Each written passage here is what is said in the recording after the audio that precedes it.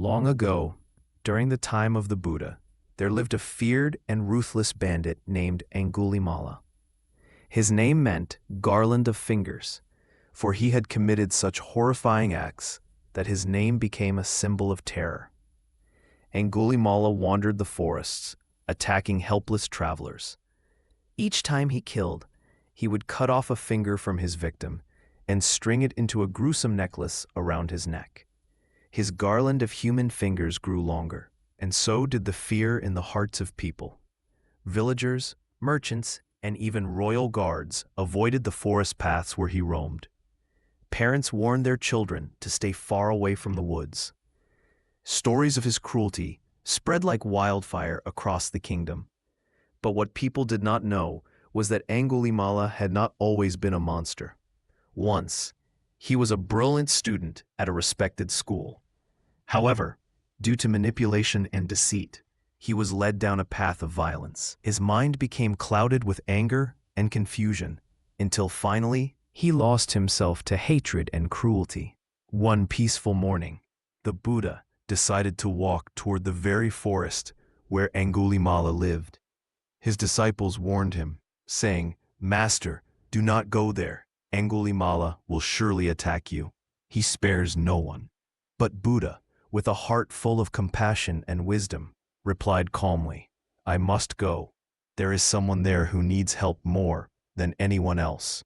With steady steps, the Buddha entered the dangerous forest. His robe fluttered gently in the breeze, his eyes serene, his heart undisturbed. When Angulimala saw him from afar, he was surprised. No one had dared to walk through his forest so calmly before. Enraged and curious, he unsheathed his sword and charged toward the Buddha, determined to claim another victim. But no matter how fast Angulimala ran, he could not seem to catch up with the Buddha. The Buddha walked at his usual gentle pace, yet Angulimala felt as if he was stuck in place, unable to reach him. He ran faster and faster, panting, sweating, but the distance between them never closed. Finally, exhausted and frustrated, Angulimala shouted, "Stop, monk, stop!" The Buddha turned and looked at him with calm, compassionate eyes. He said softly, "I have already stopped, Angulimala. It is you who have not stopped. You have not stopped from violence, from cruelty, from hatred." These simple words struck Angulimala's heart like a bolt of lightning. For the first time, his mind opened to the truth. He realized the depth of his actions, the suffering he had caused, and the endless cycle of violence he was trapped in.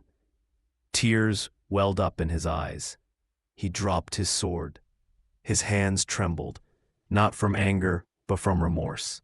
He fell at the Buddha's feet, weeping, and said, "Great teacher, please forgive me. Is there any hope for someone like me?" The Buddha, with kindness, placed his hand on Angulimala's head and said, "Everyone can change, Angulimala. No one is beyond redemption." He accepted Angulimala into the Sangha, the community of monks.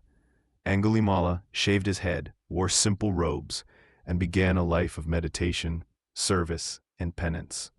From a killer, he became a seeker of truth. Even after his transformation, Angulimala's past followed him. People who had lost loved ones to his violence still hated him. They threw stones at him when they saw him walking for alms.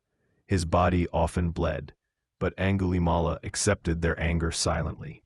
He never retaliated. Instead, he saw this suffering as a way to repay his karma and purify his soul. Over time, his sincere practice touched many hearts. His life became a living lesson in the power of change, compassion, and forgiveness. No one is beyond redemption. A single moment of realization can transform even the darkest of hearts. Compassion is more powerful than hatred.